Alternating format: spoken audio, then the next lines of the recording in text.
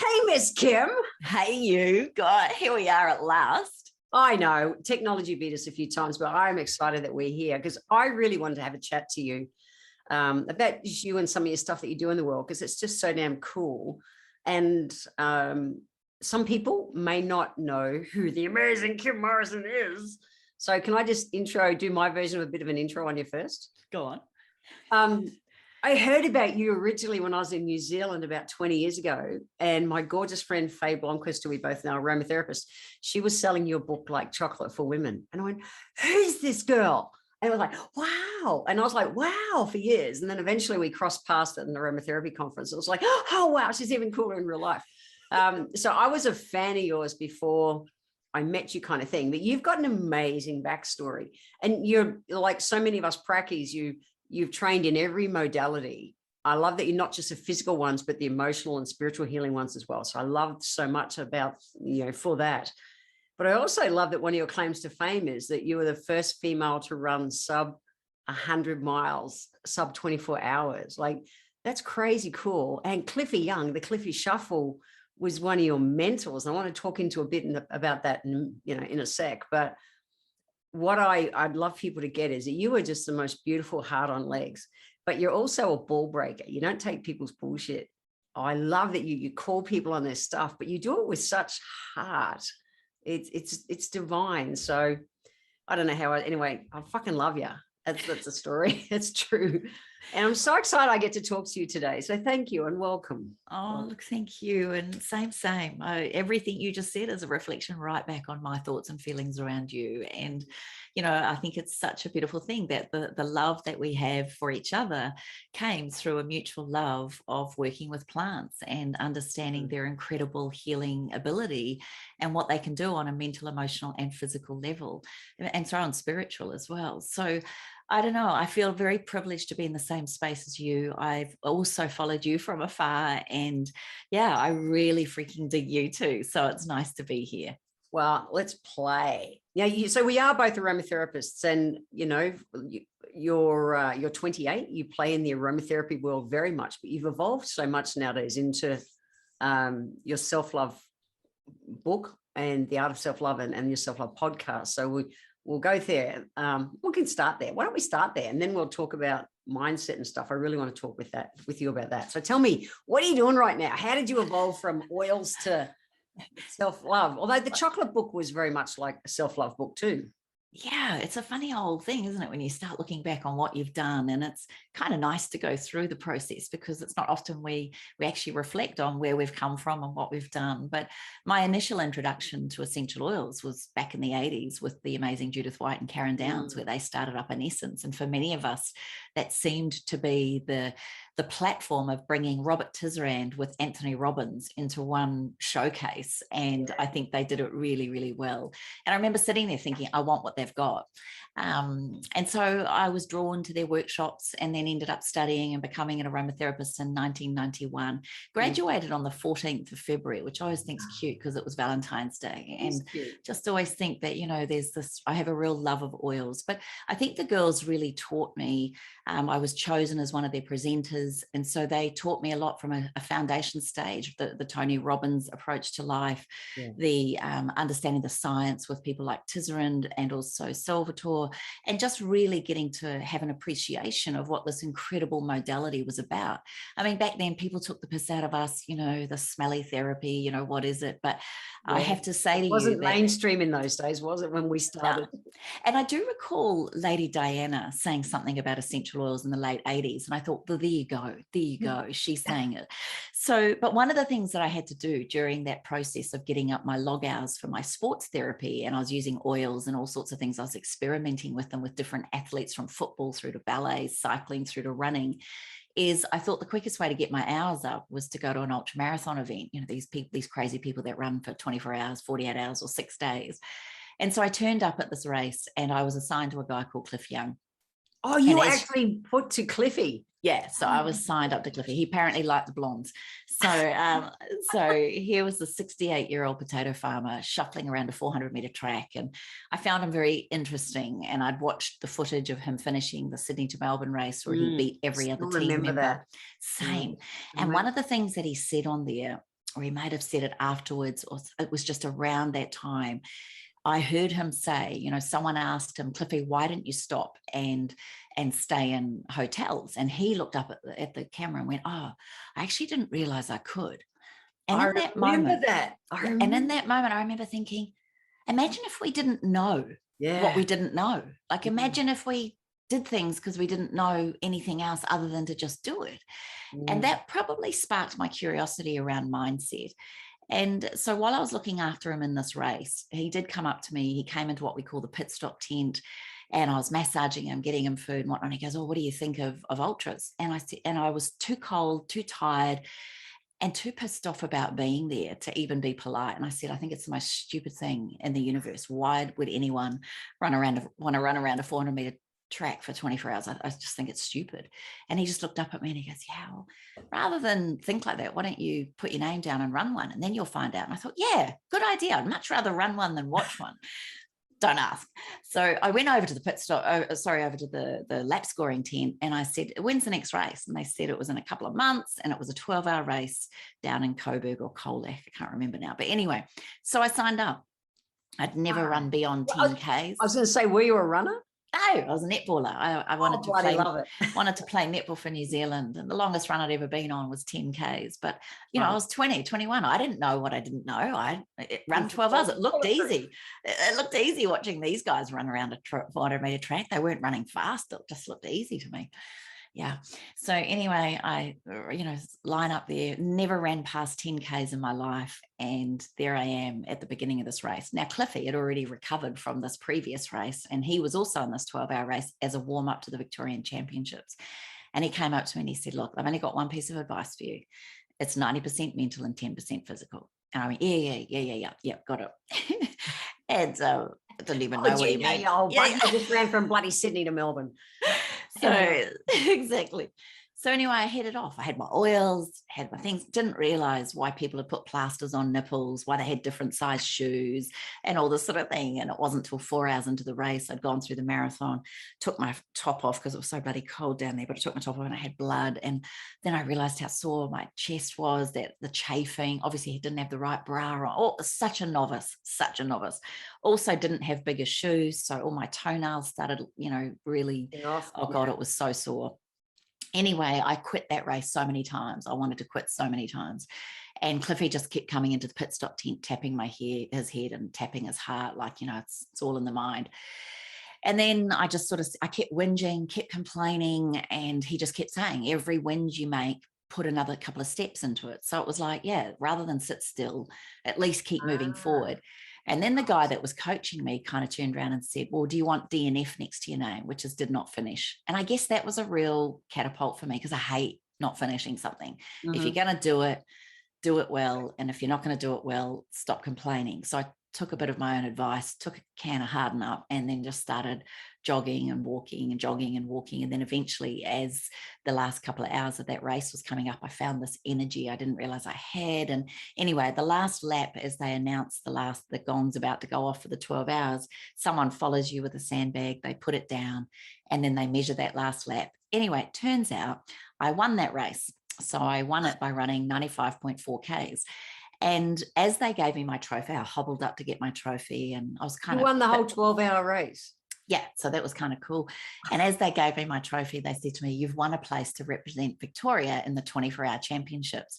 And everyone's clapping and cheering. And all I could think was, you're kidding. I got to do that all over again and twice as long. So, but I guess I'm not someone to not take a challenge. And so for the next few months, I trained with Cliffy, and when a lot of us were training, I was living in Melbourne, trained up in the Dandenongs. And I don't know, I fell in love with running. I really started to like it. I really enjoyed it. I was still studying at the time. And as I mentioned, Judith and Karen, I was studying with them, doing some programs with them as well. And anyway, here I am at this 24-hour race. And this time I had plasters, I had more shoes. Nipple covers. I felt like I was better prepared mentally, got through 12. But, about 4 or 5 hours into the race, this voice appeared in my head, and it was, what the hell are you doing? There's 20 hours to go. You've never stayed awake for 24 hours, let alone run for 24 hours. This is stupid. And And this voice just wouldn't leave me. And then I'd wanted to quit. And I went into the pit stop tent and I was thinking, I can't, I don't think I can do it. All the pain came back. People that have given birth might understand this, but the minute you're back in labor again, it's like, shit, here I am again. But you kind of also take what you've learned and you should grow from it. But I kept thinking, I don't know what to do here. Anyway, had my team, had a logistics person, had a coach, had Cliffy, and had this girl that was kind of like my champion.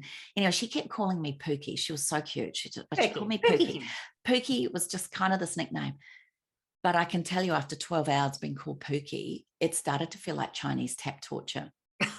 And I remember getting more and more pissed off. And every time I came around the track, I'd think, she's going to call me Pookie. She's going to call me Pookie. And sure enough, I'd come out and she'd go, well done, Pookie. And I wanted to kill her. Yep, I wanted to kill her. So I went into the pit stop tent and I wanted to quit. I just thought, that's it. I can't do this. And Cliffy comes in and said, what's wrong? And I said, she keeps calling me Pookie. I can't deal with it. I'm done. I can't do it. He goes, well, instead of getting pissed off about it, why don't you just get out on the track and put one foot in front of the other? Every time you get angry, use it out on the track.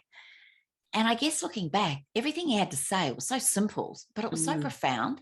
So I got back out on the track and I'd whinge my way through it. And then we had Walkmans in those days. Yes. So thank you. So I had a Walkman and the only cassette I had was Talking Heads and the album was Stop Making Sense. Nice. And so that track, I played it. So that helped me block out the noise. And I listened to that. I can't tell you how many times I just about know every word off every song. But there's songs on there like I'm on the Road to Nowhere and Psycho Killer. And anyway, it just cracks me up because whenever I hear those songs, I'm transported back to this race. Yeah. But anyway, I used that for quite some time. And then after a while, when we're in the middle of the night, it's called the graveyard shift from midnight to 6 a.m., where most of the team, everybody's tired and it's cold or you're exhausted and it's tough. It's called that for a reason. And, again, I wanted to quit. And then one of the girls, I'd asked for a cup of tea. I wanted tea. I just felt like a cup of tea. And she brought me out pumpkin soup that had gone cold by the time I got it. Oh. Now that threw me. It just threw me. And that was another reason to quit. Now I know listening to this, anyone listening or watching is going to think, you're pathetic. But I can tell you the way the mind plays, that's like the biggest thing on the planet. It just feels so big in that moment. And you're tired. And remember, when you're tired, we get more emotional. When we're emotional, we get vulnerable and our intellect goes out the window. And so anyway, I kind of got through that moment. And then as the sun was coming up, I must admit, this was a bit of a lift for me because I saw the sun rising and then Judith White arrived and I was in the pit stop tent again and she came in and she did this compress of lemongrass, rose, black pepper, lime. And I just remember these aromas. And as she was doing this compress and spritzing me, I remember her in my ear saying, you've got this, you can do this. You want to finish this. You want to be strong. Use the power of this to get you out there. And I don't know, it just kind of inspired me to get up. And I also looked around and there was all these people that were coming to watch us finish. And I knew a number of the faces. And all of a sudden, it wasn't about me anymore. And I think that was a real aha for me that sometimes we do the things we do in honor of humanity, for humanity and for others. And I realized all these people had given up their time to be there for me. So now I needed to show them that I could finish this race. And the best news I had was Melissa came up to me and she said, you're 2.2 kilometers in front of the Victorian champion, Sandra Kerr. She was twice my age. She was 2Ks, but she was gaining on me. And we had a couple of hours to go. Look, that was all I needed. And apparently I ran the last 2 hours of that race quicker than I ran the first 2 hours. So where did that come from? I got no idea. How did I do it? I don't know. But it's the same thing as watching a mother pull a car off a child. You find when we get thrown into a real physical, emotional place, this is why I think challenging ourselves is one of the best mental breakthrough things you could ever do. Yeah. Being out on the water, you don't know what nature's going to throw at you for a wave. You don't know how you're going to catch it. You don't know. I've not surfed, by the way, but I look at the analogy in the same way that you don't know what's coming at you, but you don't know what's in you. Yeah. How can you meet challenge with opportunity? And how do we do that in our best way possible? And I don't know, I just showed up. Now, I did at one point also in that race just before the sun coming up, I actually got weighed by the doctor. I'd lost nearly 7 kilos in that race. And he had actually wanted to pull me out because I wasn't I wasn't doing, I could have really hurt myself. And Yeah. isn't that interesting? Now someone's telling me I Right could, near the end. and Yeah. and I need to pull out, that I all of a sudden found a voice in there that showed up for the first time going, you can't tell me what to do. Yeah. And so that combined with the oils, combined with the words, combined with the not wanting DNF, combined with I could win this. I don't know. I don't even know if I cared about winning anymore. I really, truly went. The win, I think, was the spur, but it was I needed to finish for everyone else that was there. And once again, the gong, goes off and they follow you with a sandbag and they measure it. And we all went in. The third place getter was announced. The second place getter was Sandra Kerr. And then they announced me as the winner. And as they handed me my trophy, they said I'd set a world record for being the youngest female to run 100 miles in less than 24 hours. I ran 168.5 Ks. I'd spent about 4.5 hours off the track, whinging, complaining. My pussycat's whinging at you. Oh, look, I love that too. Well, at the same time she's whinging, I was whinging, but I thought, geez, what could I have done if I'd stayed on the track and I hadn't quit for 4 and imagine what I could have achieved. So as they gave me that trophy, they said, you've won a place to represent Australia at the World Indoor 24-Hour Championships in London. And I was blown away. I had a dream as a young girl to play netball for New Zealand. That I got to Auckland to state level, but I never got to New Zealand level. And now all of a sudden I had an opportunity to run for Australia. Wow. And I just was so excited. So I took it and I ended up running in England for Australia. At Milton Keynes, I set 8 Australian indoor records. Sadly, though, halfway through the race, many of the athletes ended up quitting and pulling out, and I was told I had to pull out because we're on a marble floor. The organisers tried to make it interesting by holding it at the Milton Keynes shopping centre, but it was a marble floor, and it really did hurt a lot of us. So Cliffy was in that race, and he turned around to me and he said, you know what? We're not going to not finish this race, doing our best, but why don't we walk the last 12 hours and do it for world peace? And so him and I got to walk 12 hours with Cliffy in the middle of a shopping centre talking about life. And I think that was priceless. The greatest gift I've ever been given. And to this day, he's still one of my greatest mentors. But that 90% mental, 10% physical really was the game changer for me in chasing after what is this stuff about our mindset and how do we go after it. So I did things like the forum. I went on and studied a lot around psychology, like courses around counseling, how we do things, what makes us better. I got really interested more in Tony Robbins. I got interested in people like obviously Wayne Dyer, Deepak, all of the Hay House authors really started to inspire me. I started watching documentaries and just got really fascinated in humanness, and then went on and did my NLP, my master's. I'm a hypnotherapist as well, and combining that with all the oils and the power of using smell and mindset, hypnosis, and then the activation of taking action and being in a place of proactive, being active in life, participating in life, I guess is what's got me through all the things that I do. And when I had my, first child, no, it was the second child. I was still feeding him. I was rung in New Zealand by a leading magazine if I'd write an article on the powers of aromatherapy. And I said, sure. So I started writing this article, only to realize that I felt it was more than an article. There was a book here. So I rang my girlfriend and said, hey, I reckon we should write a book on oils. And she said, sure, as all good friends do. So we decided we're going to write this book on aromatherapy, and we both had 2 young kids. We were going to write it for busy women, how to look after yourself, how to be the best that you can be, but the power of oils. But, the truth be, the first publishers we put it to, they turned it down. I was horrified. I was shocked. I couldn't believe they didn't want it. But I linked arms with Fleur and I said, you know what? Harry Potter's author got turned down 9 times before she was accepted. We got 8 to go. So we tweaked our proposal. We took it to the next publishers and they signed us on the spot and paid us $3,000. I couldn't believe it. And we hadn't written a book. We hadn't written a word. And so anyway, we went away and we started writing it. But there's another story even in that where we went off tangent. We tried to write it for anyway, 12 weeks later, we handed in the manuscript, and they called us in and said, this isn't what you said you were going to write. So then we had to rewrite it. And then we got on course and stayed in our lane and wrote what it is that we were passionate about. And then we photographed everybody. You know, the photographer wanted Marie Claire models. Here we were, breastfeeding mums in our 30s going, you know, that's not going to work. We want real people. And we won that debate. So we had our friends, my grandma's in the book, my sister-in-law, all our family, all women, and just so proud of the women that were photographed for that book. We were told we wouldn't sell more than 1,000 or 2,000 copies, but we went on and we had a reprint 3 times. We sold 8,000 copies in New Zealand. It became a bestseller there. It's gone into a number of different countries. And then we launched it in places like South Africa.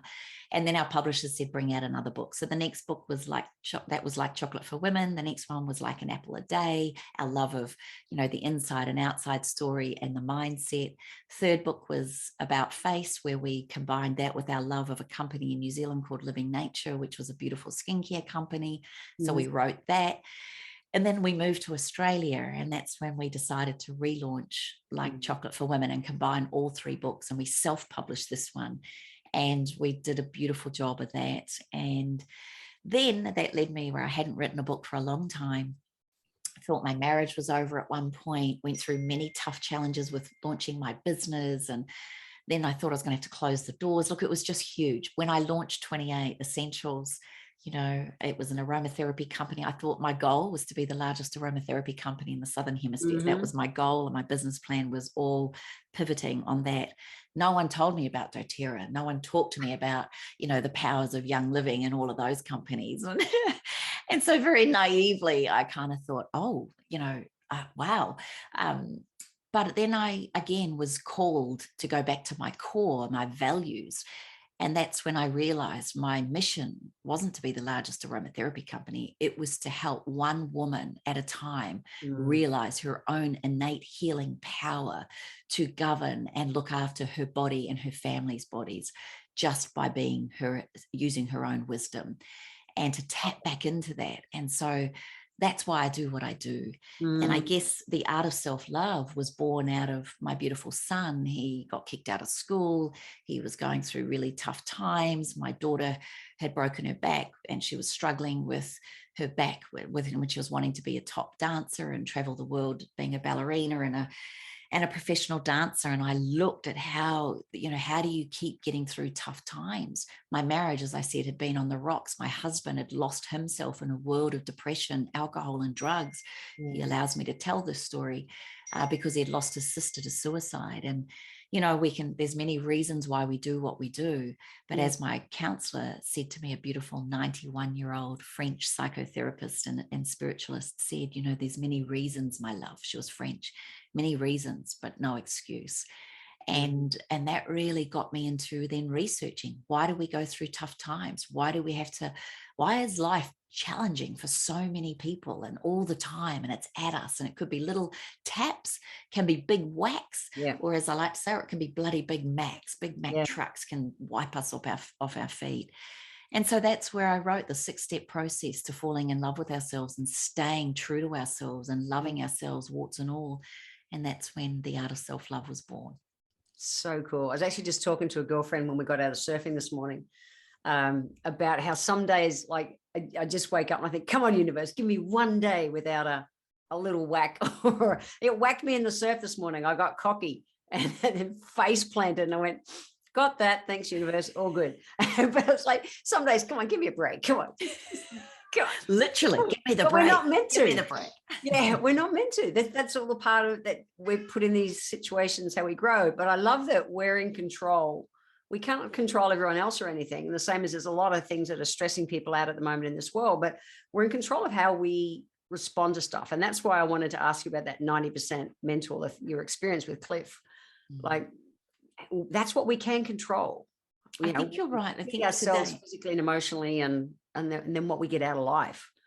Exactly. And I think what you're saying there too is, doesn't matter what's happening to us, and the world is a classic example, what we're going through right now. You can get sucked into the vortex of all the fear, the worry, the upheaval, and all of that. or you can choose not to engage in turning on the television for a start, or you can choose to actually do your own research and really sit with and realize that beautiful line, there's a reason, a season, and a lifetime. I believe there's a reason we're going through this, and I do believe it's a season. It will not last. No. So do you want to be on the track, one foot in front of the other, put your headphones on and listen to really good, inspiring things, knowing that how you walk in this life, do the best that you can, show up for who you are and what you can be. You know, you might have to abide by some rules, or if you choose not to abide by those rules, you might have to literally withdraw from the world for a little while, go within for a little while, do your own self-discovery, your own meaning of what it looks like to be with you. Yeah. And I know I say that very generally, and I say that with love, because I know that a lot of people are really struggling from a business or a personal or any of those. So I'm not undermining that, and I certainly don't want to judge that. But I do say, why is that? Why are you struggling right now with your business or your life or yourself? Why? Go after that. Go after the inquiry of why, not that the government's doing this to me or other people are doing this or it's someone else's fault. You know, if you really want to be a victim, hey, draw a line, you know, go above the line, be accountable, be responsible, take ownership for how you respond to this. Don't react, act. And we all fall below the line where we blame, go into denial and make excuses. We all do that at times. My challenge for me is always, I just don't want to stay there for long. And if I am blaming, if I am making excuses, if I am in denial about anything, why am I? What am I trying not to see? What am I needing to see that I'm choosing not to see at the moment? And I'm fascinated by human nature. And at the moment, there's a very big divide happening. You either do or you don't. But my analogy is always this.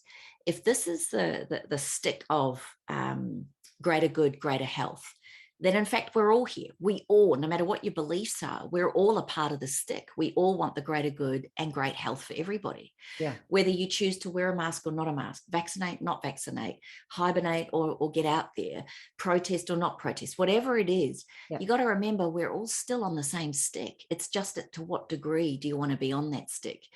And then how do you do it? Here's the big challenge to me. How do you do it with grace, no matter which end you're on? Yeah. How do you do it without judging another person's viewpoint? What if your viewpoint's wrong? What if what someone else is saying is 100% true? Or what if what you're saying is 100% true and what someone else is saying isn't? How do you stay in that game rather than getting hooked into and sucked into the vortex of you must or you mustn't? And I think that's where I think of Cliffy a lot. You know, it's 90% mental, 10% physical. So how do you stay in the game? This is a mental game at the moment. It's not a physical game. It's a mental game. How do we stay in the game? And here's my other tip.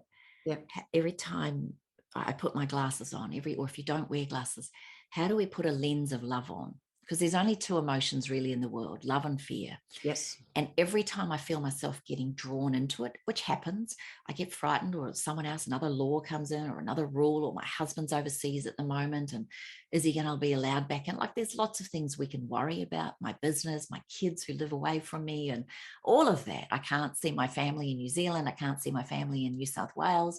Of course, I don't think I'm any different to anyone else. But when I put a lens of love on, I can see them on this. We do FaceTime. We do, when House Party came out, all of us were on these calls all the time. I can send my love. I can post beautiful gifts. In fact, you know, I just sent my sister, she hasn't seen it yet. She turns 50 shortly. Now I can't be with her for her 50th. But what I did is I made up this cube, it's called Note Cube.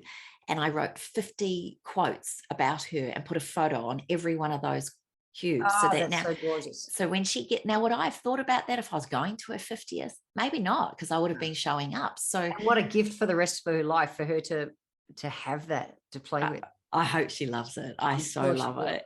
But yeah, it's that lens of love. How do I turn this situation, which I can't control at the moment, into something that's going to make a difference? That's why I do my podcast. That's why I love talking to women like you. That's why I keep writing books and programs with mentorships. And that's why when you talked to me that day and you said to me, who are you not to do this? You better, and you almost kicked me up the ass to do it. Like, I kicked you up the ass with love. And I'm so happy that you did, because what you've created in this, your self-love project, is priceless for women, I think. Yeah. So tell us more about it. Tell me more about, tell everyone, you know, who's listening about that, because you have it, and it died. Like, I've seen all this stuff in you and oozing out of you, and it was just ready to come out. So thank you for being receptive, because I promise I say similar things to so many people and they go, yeah, yeah, and they do nothing with it. And then they stay down. But you went, oh, wow, yeah, and I can do this and this and this. I went, yeah, you can, let's do it. And yeah, and you just said, do it. And I was like, yeah, but how? And you went, just do it. Yeah. And I was like, okay. So I think but you've worked it all out and you've created something amazing. So tell everyone a bit about what you're doing with your self-love project. I think through your encouragement, and remember, we talked about this before COVID. So this was before COVID.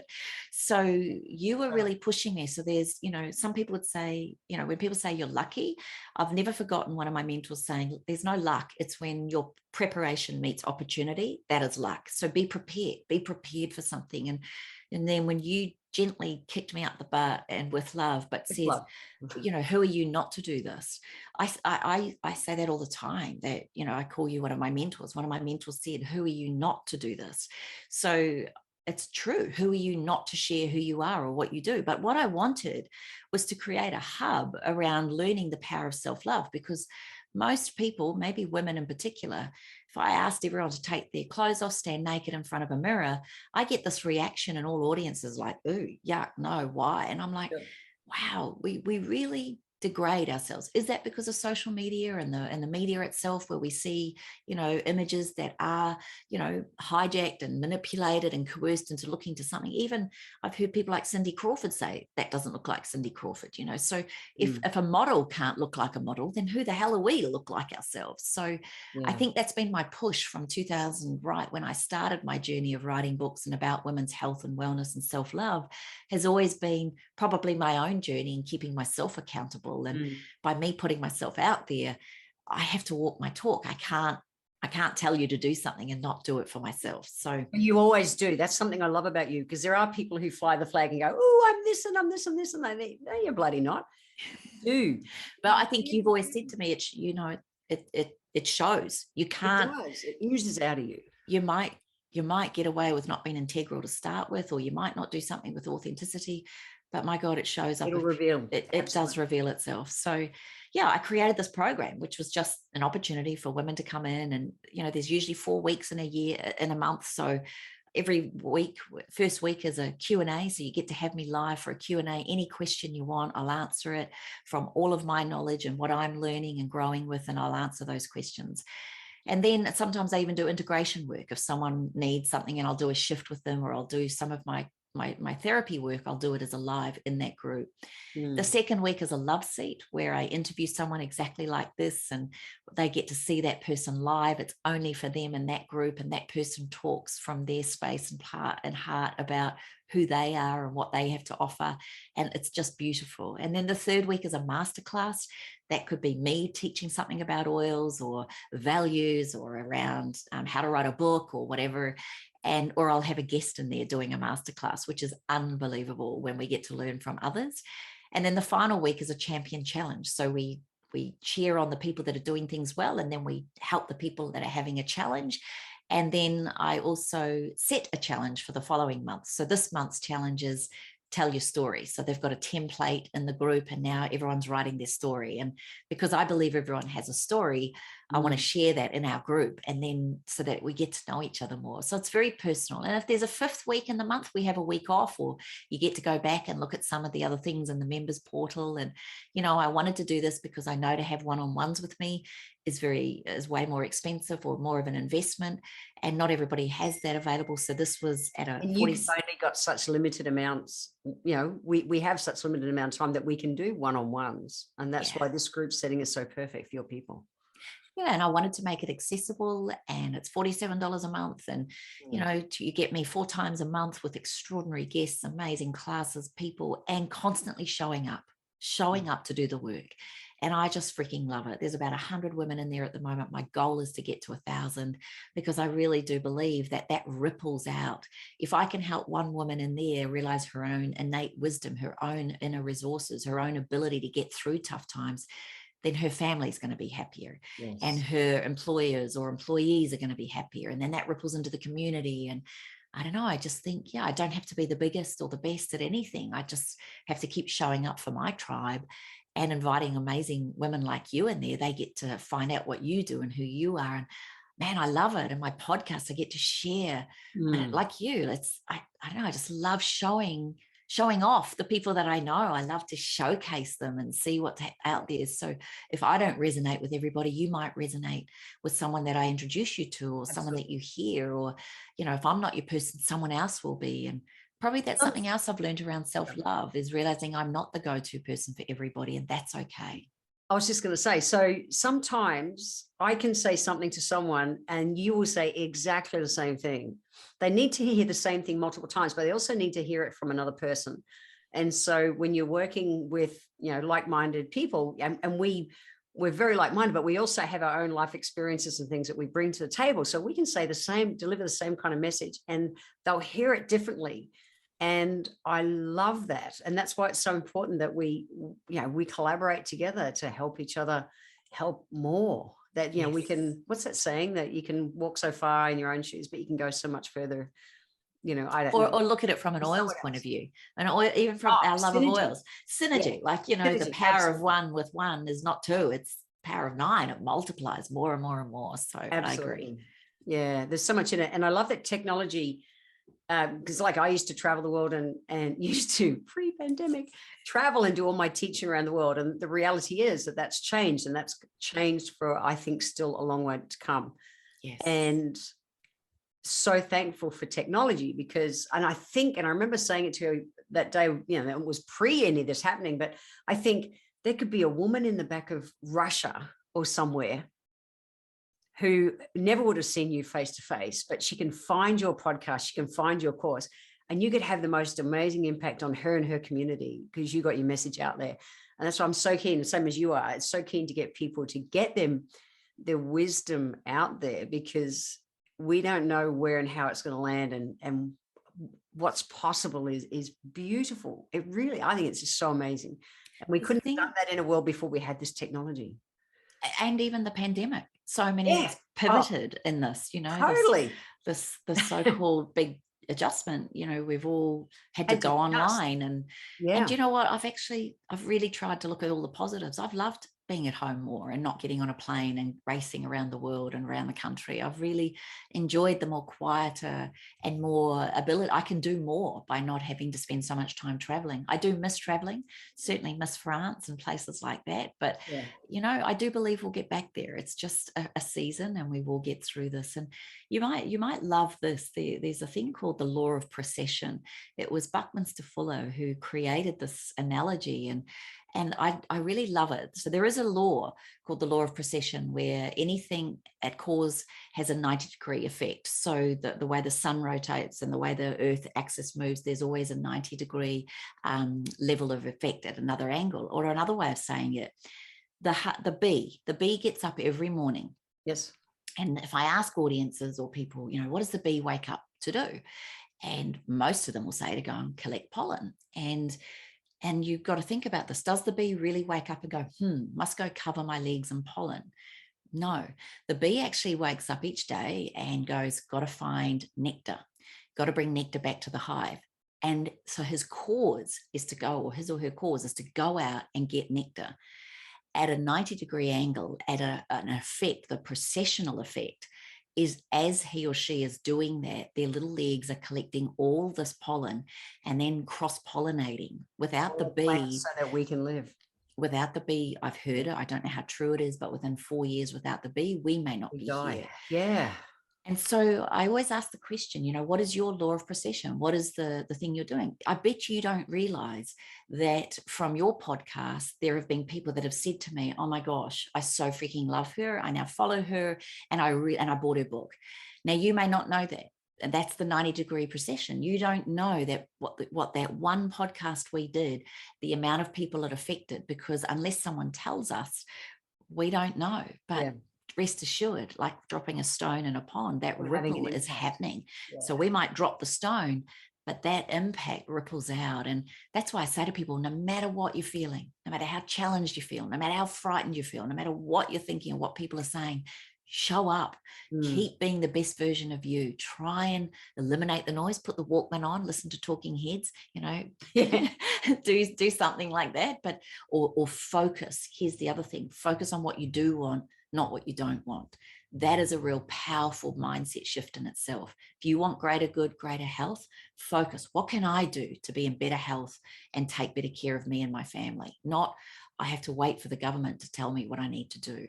You know, we can keep showing up and being the best that we can be, and have a voice if you want to in other ways. Yeah. And in, like I said to you, you know, who are you not to? So there might be someone who's listening to this thinking, yeah, that's okay for you, Jen. And yeah, that's okay for you, Kim. And it's okay for you too. Like, but it's like you said, if you choose to, if you want to have a voice, there's someone somewhere in the world that could really do hearing from you. So yeah, use your voice, guys. It's guys and girls, whoever it is, it's really important. I believe that. I believe we all have a story to share, and we all have value to give the world. We don't realize the impact that can be had. So I was going to ask you kind of like, what is the, you know, what I always, because my podcast is called Healthy Life Hacks, you know, what's kind of that couple of things you can do that help you to live from prevention, from a place of prevention. But you've basically you've just nailed it in your last little monologue you did for a couple of minutes. So I might let people go back and really listen to that. I think it's really important to, what does good health mean to you, and what does preventative care mean to you? And you know, when I really think about that, you know, preventative care it's kind of an oxymoron, isn't it? It's kind of like it's like a double-edged sword. It's preventing something that we don't want to have happen, but might using never it happen, but if we don't do it, it might happen.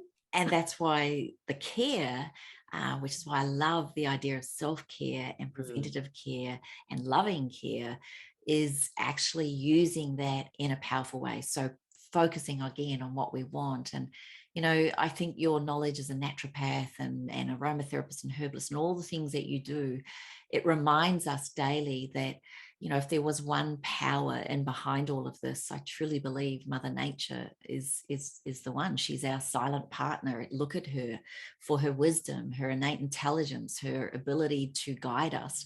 You know, look at the doctrine of signatures as an example.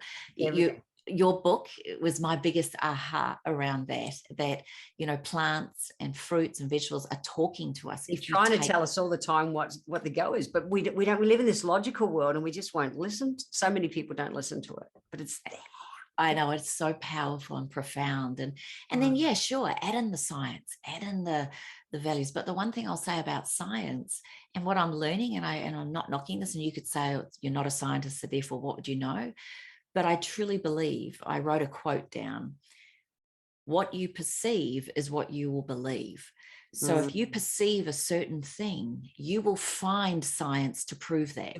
100%. And if you believe something else, there is just as much science to prove that. So science, in my humble opinion, is the ability to prove what you believe to be right. Oh, nicely said. And when I look at it from that perspective, I then go, which also means it's open to subjectivity and objectivity. It's open to the power of possibility, because what has scientifically been proven in the past has also been scientifically proven not to be right in the future. So, you know, don't believe everything. Science and evidence-based research doesn't mean it's the be-all. It's just what we know at this point in time. At this point in time. And everyone is doing their best at this point in time. Hindsight's going to be great. I can't wait to see a few years' time to go, oh, shit, that was it. It's going to be so fun. We'll know so much more in a few years what was happening now. Well, we don't at the moment. We've just got to do our best.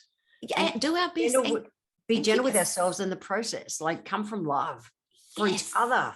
Yes. And keep it simple. Yes. You know, like eat one foot in front of the other, like Cliffy said. That's it. Eat foods close to nature. Yes. Support our local organic farmers. Let's look after them. Yeah. Let's, you know, move our bodies. Let's earth. All of these things cost little. People say, oh no, organic food costs a lot. I say BS to that. I say it's costing you a lot not choosing to go for spray-free organic or support the little guys out there. I just say you'll find a way. You believe what you perceive. So, moving your body, it doesn't cost us anything to go for a walk. Even in lockdowns, we're still able to exercise in our own home.